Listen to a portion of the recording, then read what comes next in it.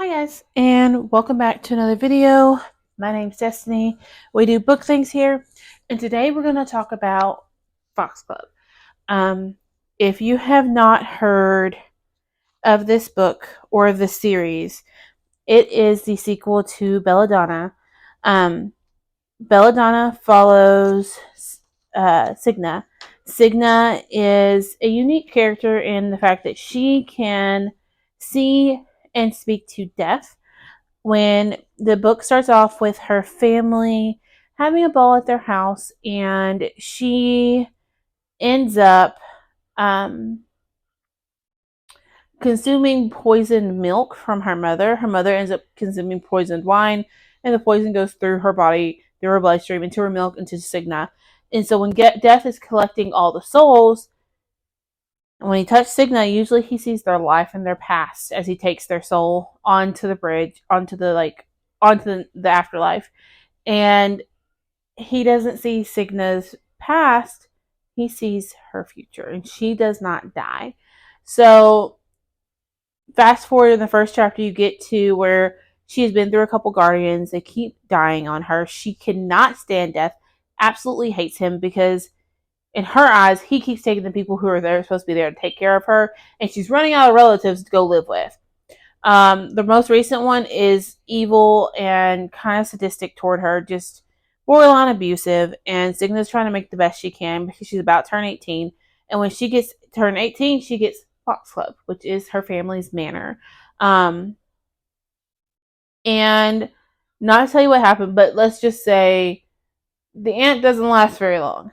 And Signa ends up going to live with her cousins, who the mother of the family just passed mysteriously of an illness that no one seems to be able to figure out what it is, or the doctors can't seem to figure out how to cure it. And now her cousin Blythe, I think is how you say her name. I could be pronouncing all kinds of wrong. You can tell me in the comments if I am. She is now dying of the same disease her mother died, and Signa has to set out to figure out who's killing her, why, and try to save her life. It's very, very good so far. The first one was amazing. The second one obviously happens as you after the events of the first one, and going into this one, I didn't realize how much I liked the writing. It's a very lyrical type of story in the way it's told. Um, it has such beautiful descriptions of not only the people but of the manor itself and where they live, and just everything is written out to be so beautifully done. Um, we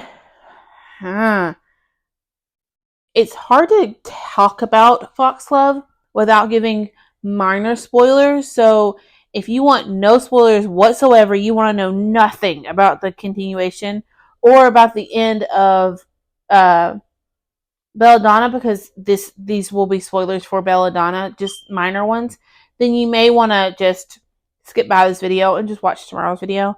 But in this one, we get more of a point of view from Blythe's, Blythe's point of view. We get chapters from there, so it's dual POV.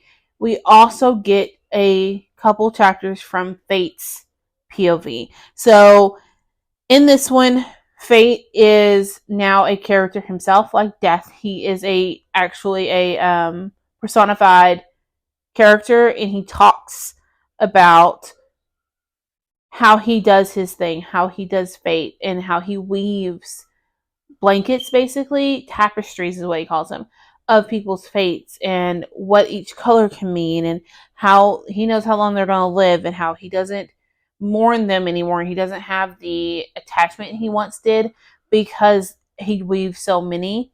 In the prologue, we watch him weave two different fates, two different tapestries that he's like, no, we watch him weave a tapestry, and then he realizes something's off with another one. So he goes back, which is something he never does. He never goes back to them after he's already weaved them, and realizes there's two that seem to have something going on with them. and he noticed a special string that was only used for one entity's fate, and thinks that Cigna could be her. And so going into Foxglove, you're not sure who Cigna is or what Cigna is. Death has always told her that he thought that she was a Reaper, like he is, that she could take souls and use Death's powers and things like that. And Fate thinks she's something completely different, and he starts tampering, not really tampering, he starts trying to convince her of this and of who she truly is, and force her into remembering, and it's not really working. Like I said, it's written so beautifully. My favorite quote, honestly, is like the first chapter or so. It says, "It is said that foxglove is the most lethal before the seeds ripen." Okay, to me, that quote just sent chills down my back when I first read it, because to me, it was read like, okay, something's gonna happen before they get the chance to actually wrap their heads around what's going on here. Um, it was just the the way it's written is so lyrical that honestly, anything she writes, I will pick up. I've read one other Adeline Grace. What was it? I think, did she write? No. The other one, I don't see it. I thought it was behind me. Oh, I haven't read it. Okay, so I read A Curse So Dark and Lovely. I believe she also wrote All the Stars Have Teeth, and I'm excited to pick that one up. But she writes in a way where it has a movie playing in your head. You can hear it as it's playing. In this one, she does give, like I said, she gives us a POV from Blythe's point of view, and for a while there, I was so angry with her because she writes her to be kind of unlikable at one point, and you wonder what is going on. So not only is it beautiful writing, but the way the story is being told and kind of drug out makes me more curious than annoyed. There are some series I feel like we learn about an event, and if we learn about something that happened, but we don't get the full picture. We don't get the full explanation of what really happened there. And then they drag it out across multiple books. And at one point, you're just annoyed. Like, look, I'm just reading to figure out what happened at here. And now we're at book like 7, and I still don't know what the hell's going on here. I don't feel like she's doing that at all. I think that the way that she started off with Cigna's parents passing and their death, and how she has like given us many little mysteries in each book its own mystery to what's going on, is super freaking interesting. So in the first one, like I said, Blythe is being killed and you don't know who's doing it. Now she's trying to figure it out. In the second one, there is a count. There's a count. I want to say he's a count or a lord that falls dead at a party, and Fate challenges Cigna to figure out who did it, and only gives her so much time to do it.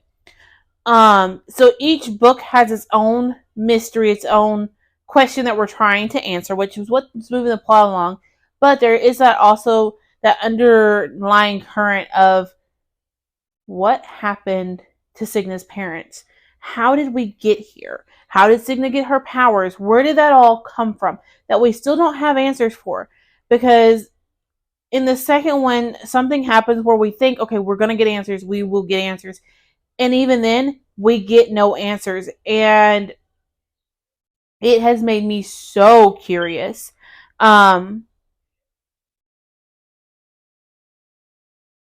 Also, if you've read the first one and you're watching this video, you know that ghosts usually cannot move on without their with something, if there's something left for them that they feel like they have left unsettled not unsettled business, if they have unsettled business, something they feel like they need to tend to. If you've ever seen the show Ghost Whisperer, kind of like that. Like if they feel like there's something they desperately need to do, they won't move on. I have questions about that. I really, really do. I think that's just because of who I am that I have questions about that. But honestly, if you like YA, if you like ghost stories, if you like creepy houses, I highly recommend this series. It's one of those. It is very lyrically written though. So if you don't like a lyrical story, I'm trying to think of a. Okay, if you like books like The Cruel Prince or Ballad of Songbirds and Snakes, Carnival is another one. If you like those, then I highly recommend this one. If any of what I have said has interested you, I highly recommend. Like I said, this one was one that I just I have so many notes in front of me that when I do borrow it from a library, I do my annotations on sticky notes and then I just copy it into my book journal. Um, and so I'm sitting here looking at all of my annotations. Yeah, I think everything else I want to say right now is going to be spoiler for this book. So if you have not read either one of these and you do not want to be spoiled for this novel, please click away now. I don't want to spoil anything for you, but I need to talk about my spoiler filled thoughts because I have a lot of them. Okay, so I'm gonna give them a minute. Are you gone? You gone? Okay, I'm warning you now. I'm going to spoil this novel. Okay, we're good. So in this novel, at the end, we find out that Blythe is life and that Death says fate has a way of working itself out. And the fact that fate was going to force Signa into a marriage makes me hate him. Just automatically, I'm not Team Fate at all. But I don't know if anybody else caught this, or maybe it was because I was physically reading it. I think if I was listening to it, I wouldn't have caught it. But um, Death mentions chaos on page. Hold on, I'm trying to find because I remember making a note about it. So on page 351, Death, when he's talking about chaos, he says chaos with a capital C. And everywhere else in the book, and I went back and checked just because I thought I was being a little finicky and a little anal, but everywhere else in the novel is chaos with a lowercase c if it is used. This is the only place it is used with a capital C, and it has me wondering, is chaos a new character? Is chaos a character we're going to get in book 3? Like, is that going to be the conflict of book 3 that we're going to get chaos as a personified element or personified character that Signa has to deal with next? I really hope so. Or is Signa herself chaos? And that is why it was the capital C. It could have been just a I had the words and they just left my head. It could have been just an error, a mistake, but I really feel like it's not. Also, I have questions. There was a note I looked at twice and I'll come back to it. I think it's really interesting that when Death is talking about life and the end of life's life, that sounds crazy, but the end of life's existence, he talks about how he did not want to take her. He did everything in his power not to kill her, not to take her. And he avoided it. And then she became the first plague victim when it did happen. I think that is such an interesting storyline and such an interesting way to tie history into this novel that normally wouldn't have it, because it's not a historical fiction. It's not like it is historical in the fact that it's set in history, but it's not historical in the fact that it deals with actual events in history. So the fact that life was the first plague victim and death had to suffer through the consequences of that decision is the most interesting thing to my brain, and I do not understand why. But I thought it was so interesting. She was the first plague victim. I think that this one had a lot more quotes I loved than the last one. I absolutely loved this imagery. It was, she loved him like winter, resolute and all consuming, loved him with summer's settiness and with the ferocity of nature itself. Like, how beautiful. It's just, I love this novel. I have questions. I really want to know what happened to Cigna's parents. Um, I want to say that her parents being able to move on when they have a baby. It doesn't say how old Cigna was when they passed, but she is a literal baby. She breastfed from her mother. The fact that they both passed and left and crossed over without her, without making sure she was okay, I have questions how they were able to do that. As a mom myself, I don't think I could do that. And mine's two.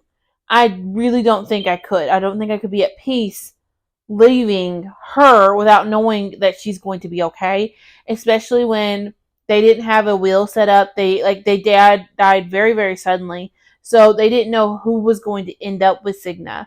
I know she lived with her grandmother for a little while, but even knowing that she's going to live with her grandmother, I don't think I could have left her. Um, and so when she goes to Foxglove, I'm like, okay, we're gonna finally get the answer of what happened that night. Her parents are gonna be there waiting on her. They probably know that she can see ghosts. They probably know what's going on here, so they're gonna be there to explain things to her. And when they're not, I was heartbroken for Cigna. And I think that she, in her heart of hearts, really wanted her parents to be there, and they weren't. And then the fact that she gets to meet her mother's best friend, who I can't remember her name, and she's gay. My heart was happy first off that she was gay, and that the woman she loved has been stuck in this loop, and she's had to watch her for 20 years in said loop, and can't interact and can't get her to interact, back. Oh, it broke my heart. I had tears. At one point, I just kept reading because I needed to know what happened with that. But when Cigna asked her what happened that night, tell me what happened, and she's like, some histories just better left buried. It's like, okay, what do you care? It's been 20 years. Answer the girl's freaking question. What is it gonna matter now? It's been 20 years. How is anybody gonna know you talked? It's not like everybody knows Cigna can see ghosts. Blythe didn't find out that she could see freaking ghosts and that she had powers until this book. So what would it matter? And it makes me go, bigger what bigger cosmic energy or whatever is having to play here that she wouldn't even tell her what happened that night. She wouldn't go into any detail. She learns nothing from the ghost in Foxglove. So it's like, what happened? And watching her free them all from the loop and helping them pass on was downright beautiful. And when fate finally crumbles and lets her do this and helps her do this, it was beautiful. It was really, really beautiful. And Blythe sacrificing herself for Cigna, and then just to find out she's actually the one he wanted all along, is perfect. They're gonna have an enemies to lovers arc in the next book, and I cannot wait to read it. But I still have so many questions, and that's why I'm going into the third one, because I have questions, and I know that that's probably why the questions aren't answered yet, is because there's more books to come. But I want to know where this is going. Also makes me want to pick up her other book for sure. But those are all my thoughts on Foxglove, in my spoiler thoughts. Let me know, have you read this? Did you enjoy it as much as I did? I did end up giving it 5 stars. Again, I want to read it again. I want to own both of them. So yeah, let me know. Have you read this? Did you enjoy it as much as I did? And I will see y'all tomorrow for another video. Bye guys.